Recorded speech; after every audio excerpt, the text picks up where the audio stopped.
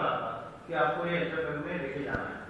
ये अरेंजमेंट आपने बदली है, ये व्यवस्था आपने बदली है। तो अगर ये व्यवस्था बदलती है तो उसके क्या क्या प्रोसीजर्स है ये भी आपको एम्प्लॉइज को बताने का आपका कर्तव्य है। और क्योंकि ये मैं इसलिए विस्तार से ये कह रहा हूं क्योंकि सब्सिडी का मॉडल आया है, ये बहुत लोगों को पता नहीं है और उसके लिए अप्लाई करना पड़ता है फिर से।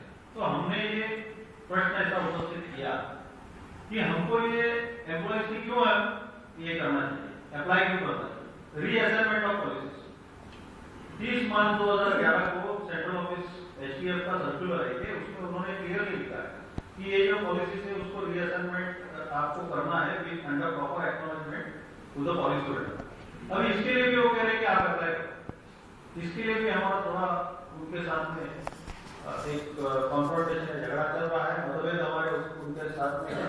वो हम समझते हैं कि यहाँ से जाने के बाद में उस बारे में भी हम विस्तृत एक खत, एक लेटर उसके बारे में देंगे। जो जो दिक्कतें ये हाउसिंग लोन में आ रही है, नई नई दिक्कतें भी उभर कर आ रही है।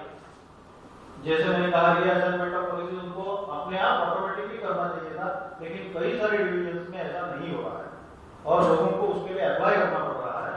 ये गलत बात है। और अप्लाई करने के बाद हमारा जो एलआईसी का एचपीएफ है वो कहता है कि आपका जीएसएलआई क्या है बताइए, आपकी ग्रेजुएटी क्या है बताइए। हमारा उसमें ये कहना है कि एक बार ये पोर्टफोलियो ट्रांसफर होने के बाद में ये आपका ये नहीं है, that is not none of your business कि उनको क्या चाहिए, उनको नहीं चाहिए लेकिन आप क्यों मांग रहे हैं, ये हमारा कहना है। तो ये रीअसेसमेंट ऑफ पॉलिसी या सब्सिडी का जो मॉडल है ये आया है, ये एम्प्लॉयज को ये इन्फॉर्म होना चाहिए, वो इन्फॉर्म नहीं कर रहे। तो ये थोड़ा सा मैंने विस्तृत बात उसके ऊपर की। उसी तरीके से आपको ये विदित होगा कि अलग अलग हमारे जो जोन्स है, नॉर्थ जोन है, ईस्ट जोन है, वेस्ट जोन है, सबसे ज्यादा जो हमारे जो जोन्स है 8 जोन्स में से 4-5 जोन्स में हमारा काम अच्छी तरह से चल रहा है और वहां की जो यूनिट्स है वो ज्यादा एक्टिव है और वो एक्टिव होने के कारण ही हमारा काम बढ़ रहा है। जैसे नॉर्थ जोन है, अभी यहाँ नॉर्थ सेंट्रल जोन का भी काम अच्छी तरह से बढ़ रहा है, जिसके जो कार्य है, इसका जो काम बढ़ रहा है नॉर्थ सेंट्रल में। मैं विशेष रूप से नॉर्थ सेंट्रल के जो लोग यहाँ उपस्थित है उनको देना चाहूंगा। विशेष रूप से हमारे जो ऑल इंडिया सेक्रेटरी जो है राजेश दुबे जी, राजेश दुबे जी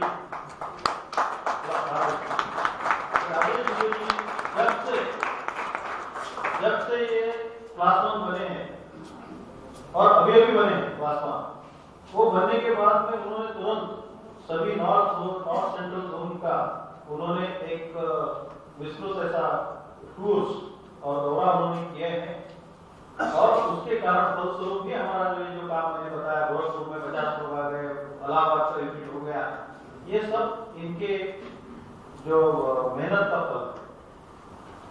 तो हमारे यहाँ अभी तक ईस्ट जोन के कोई आए हैं क्या? अभी तक नहीं है। हाँ, वो ट्रेन में है, सिलचर का कोई आया है। मैं विशेष रूप से इनका अभिनंदन करूंगा। सिलचर में से यहाँ आने में आपको कितने दिन लगे? नहीं, बाय एयर एक ही सारी नहीं, बाय ट्रेन भी है ना, बाय एयर सारे ही। अच्छा, ट्रेन से आते तो कितना वक्त लगता है? नहीं तो इस तरीके से इतना वो दुर्गम है, ये जो अपना सिलचर का जो भाग है, ये मैं इसलिए यहाँ मैंने रखा क्योंकि ये इतना दुर्गम भाग है। वहां अगर कलकत्ता से भी अगर सिलचर जाना है तो बहुत उसमें समय गुजारना पड़ता है, इतना वो एक कॉर्नर में, और फिर भी वहां अपना काम अच्छा चल रहा है। इसके लिए ये सिलचर की जो यूनिट है वो भी विशेष रूप से अभिनंदन के पास है।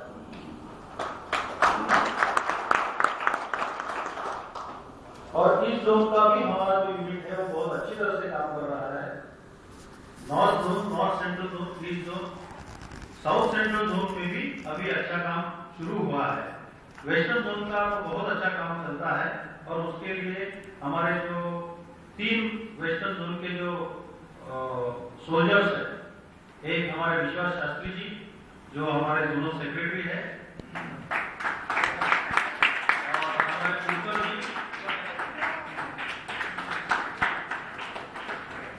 जी कहा और हमारे अनगा संत जी जो ऑर्गेनाइजिंग सेक्रेटरी है हमारे, तो ये बहुत ही अच्छा काम यहाँ चल रहा है। और उनके तो बात करना भी ठीक नहीं है क्योंकि इनका काम इतना अच्छा चल रहा है वो आपको सबको भी करना है, यहीं पे हमारा काम हो रहा है। तो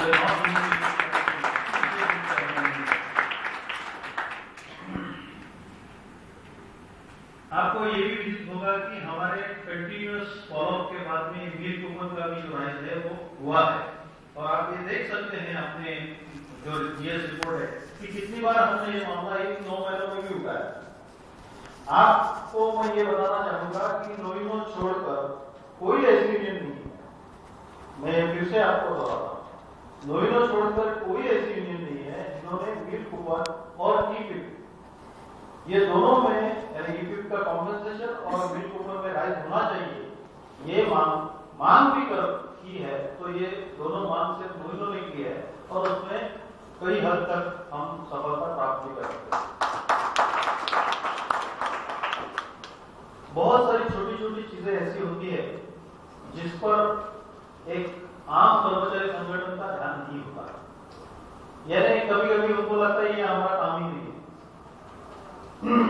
जिस तरीके से आपको पता होगा कि 15 अक्टूबर 2011 को हमने एक लेटर ईडी एचआरडी और ओडी जो केबी साहा है उनको लिखा था। वो इसलिए लिखा था कि हमारे कुछ जोन से ऐसी कंप्लेंट आई कि फाइनेंशियल एडवाइजर्स और वेल्थ मैनेजर्स इनकी जो ट्रेनिंग है 3 दिन की है और 1 दिन का जो ट्रेनिंग है वो 10.25 घंटे का, ऐसे 3 दिन 10.25 घंटे का आपको ट्रेनिंग दिया जाए। अब ये ट्रेनिंग में हमारे शायद लोग नहीं होंगे, लेकिन फाइनेंशियल एडवाइजर्स और वेल्थ मैनेजर में हमारे लोग नहीं होंगे, लेकिन ये फैकल्टी में तो हमारे लोग हैं। ये एक बात, तो इन सारे मुद्दों को लेकर हमने खत लिखा, उनसे हम मिले और हमने ये कहा कि जिसके लिए आप ये ट्रेनिंग कर रहे हैं, जिनके लिए आप ये ट्रेनिंग कर रहे हैं, उनको भी उसका क्या फायदा होगा। अगर एक आदमी 10.25 घंटे रोज बैठेगा, बीच में एक आध दो छोटा ब्रेक आएगा, लेकिन 10.25 घंटे अगर वो ट्रेनिंग लेगा तो उसको फायदा भी नहीं होगा, उसका कंसंट्रेशन भी नहीं रहेगा। तो इसके कारण आप ये उसका जो अवधि है वो बढ़ा दीजिए। उसका उन्होंने मैनेजमेंट ने ये बात मानी और 3 दिन के बजाय उन्होंने 4 दिन का करने का उनको इमीडिएटली इंस्ट्रक्शन उन्होंने दिए।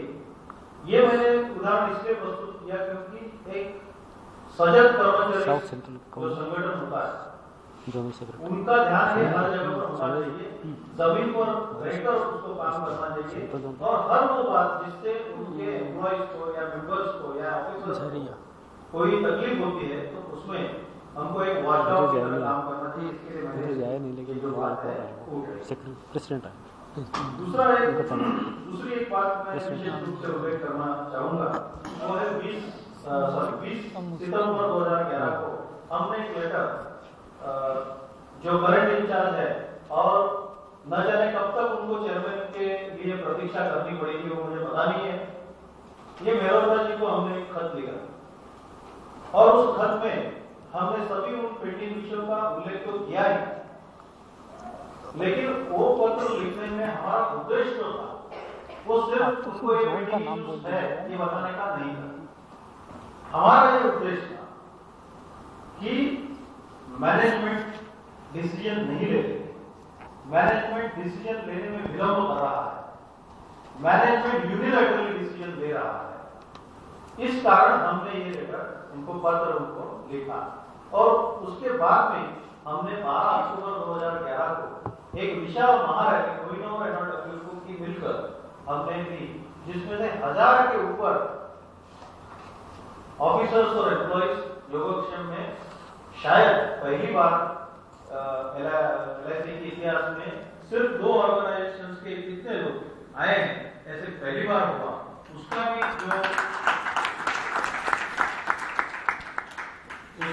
भी जो परिणाम था वो अगले 1 महीने तक आपने देखा होगा कि धीरे धीरे एक एक विषय जो है वो हल की तो तरफ बढ़ने लगा है और हम ये कोशिश करेंगे कि ज्यादा से ज्यादा अगले जो इसी मीटिंग पर और भी कुछ जो बातें हैं उसको फोकस करके हम करेंगे। यहाँ हमने अदर एक्टिविटीज में कुछ बातें दी है। विशेष रूप से मैं उल्लेख हमारे जो अध्यक्ष हैं प्रकाश जावड़ेकर जी, इनका मैं उल्लेख करना चाहूंगा कि उनका जो काम होता है वो ऐसे होता है कि वो एक तो इजीली एक्सेसिबल होते हैं, जो कोई राजनीति के ऐसा नहीं होता है। जो राजनीति में काम करते हैं वो एक्सेसिबल नहीं होते, लेकिन वो एक्सेसिबल है। इतना ही नहीं कि वो बहुत इंटरेस्ट लेकर काम करते हैं कोई काम में, उनके लिए सच है तो ये ऑर्गेनाइजेशन वैसे छोटी है, लेकिन फिर भी हमने उनको बात उनके नजर में लाई थी और वो था कि एज लिमिट जो इनकम टैक्स एग्जम्पशन के लिए सीनियर सिटीजन को होती है वो 65 होती है।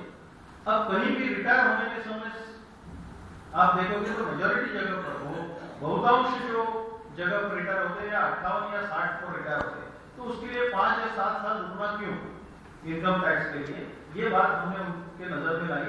उन्होंने तुरंत जो हमारे वित्त मंत्री है प्रणब मुखर्जी, उनके साथ उन्होंने बात की बजट के कुछ दिन पहले और वो मान भी गए और वो प्रावधान इस बजट में आ गया कि 65 से लेकर अभी 60 पे अभी ये इनकम टैक्स का जो एग्जेम्पशन है वो सीनियर सिटीजन के लिए ये जो आयु मर्यादा है वो 65 से लेकर अब 60 पर आ गई। ये भी हमारी उपलब्धि है, ऐसा मैं मानता हूँ।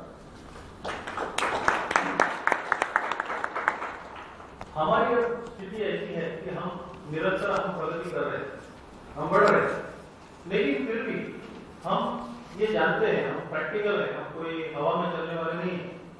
हमारे जमीन, हमारे पांव जमीन पर हम ये समझते हैं कि अगर किसी मसले का हल निकालना है और जल्द निकालना है तो उसके लिए ज्यादा से ज्यादा लोग और ज्यादा से ज्यादा अगर संगठन साथ में जुड़े तो ये किसी भी कठिन मसले का हल ये जल्दी निकल सकता है।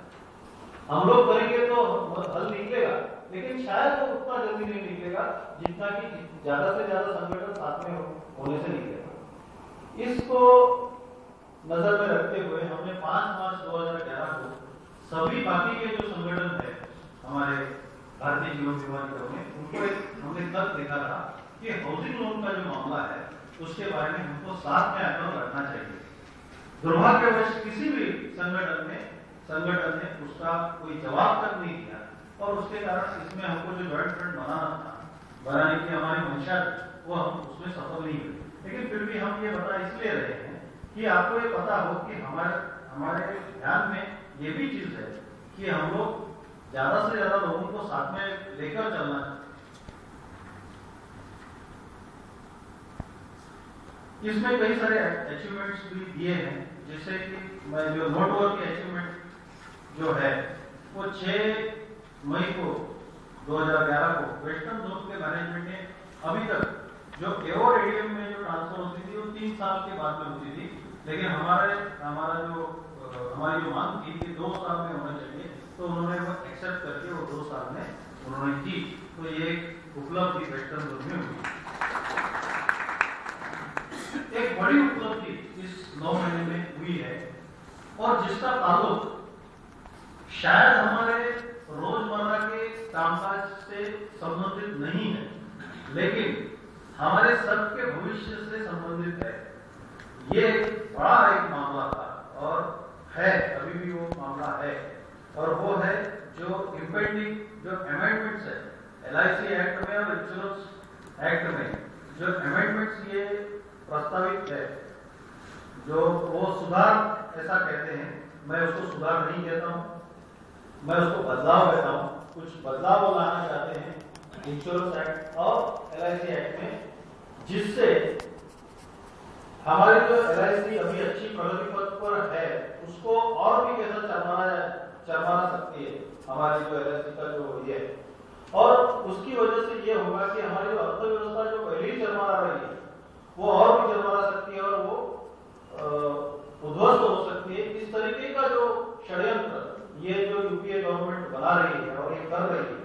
उसके खिलाफ हमने जंग छेड़ी और उसके लिए हमने कई सारे प्रोग्राम्स कार्यक्रम हमने किए। जैसे हमने जगह जगह पर सेमिनार किए। 23 जुलाई 2011 को भारतीय मजदूर संघ का वर्धापन दिन है, उस दिन हमने मुंबई, नागपुर, कोलकाता इस इन जगहों पर कई सेमिनार आयोजित किए, जगह जगह पर जाकर जनजागृति की।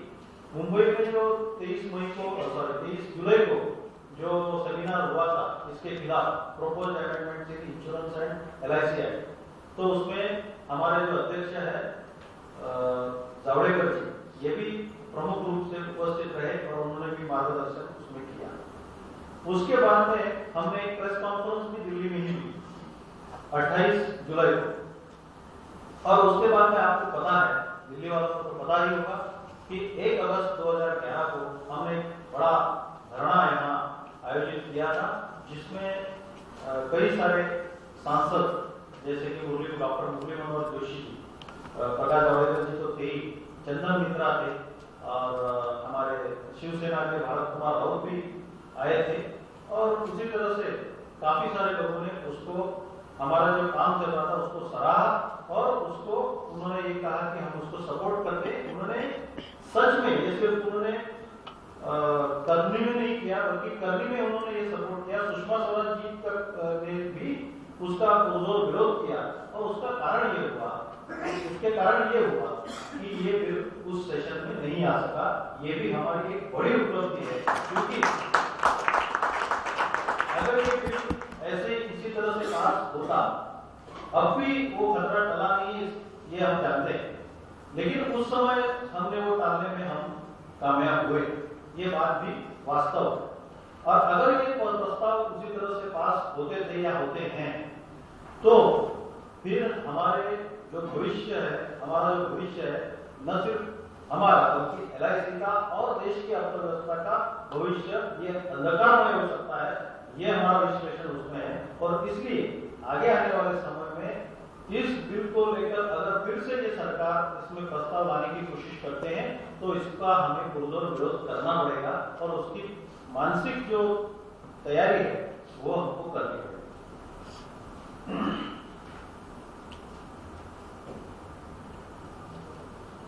अक्टूबर 2011 में हमने एक मेंबरशिप ड्राइव भी किया था, उसका फल आप देख रहे हैं। जैसे मैंने कुछ आंकड़े प्रस्तुत किए, उसके बाद में जोनल सेक्रेटरीज का और डिवीजनल सेक्रेटरीज का जो भी रिपोर्टिंग होगा तो उसमें उसके जो डिटेल्स है वो आ जाएंगे।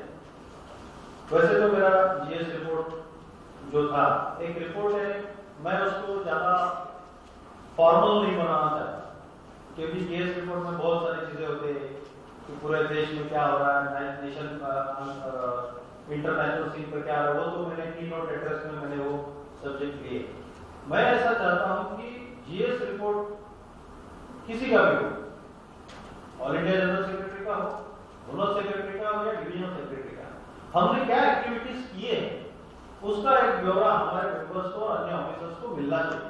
और बार बार हमने उसको साल में 1 या 2 बार उसको हमारा रिपोर्ट ये लोगों को देना चाहिए, क्योंकि हमने जिसके लिए, जिस कार्य के लिए विदा उठाया, जिसके लिए विदा उठाया, पब्लिक मेमोरी इज शॉर्ट, और उसके कारण ये बार बार ये लोगों के सामने ये लाना जरूरी है कि ये हमने क्या क्या आपके लिए किया है, हम आपके लिए क्या कर रहे हैं। और इस दृष्टिकोण से मैंने ये GS रिपोर्ट इस तरीके से पेश किया था।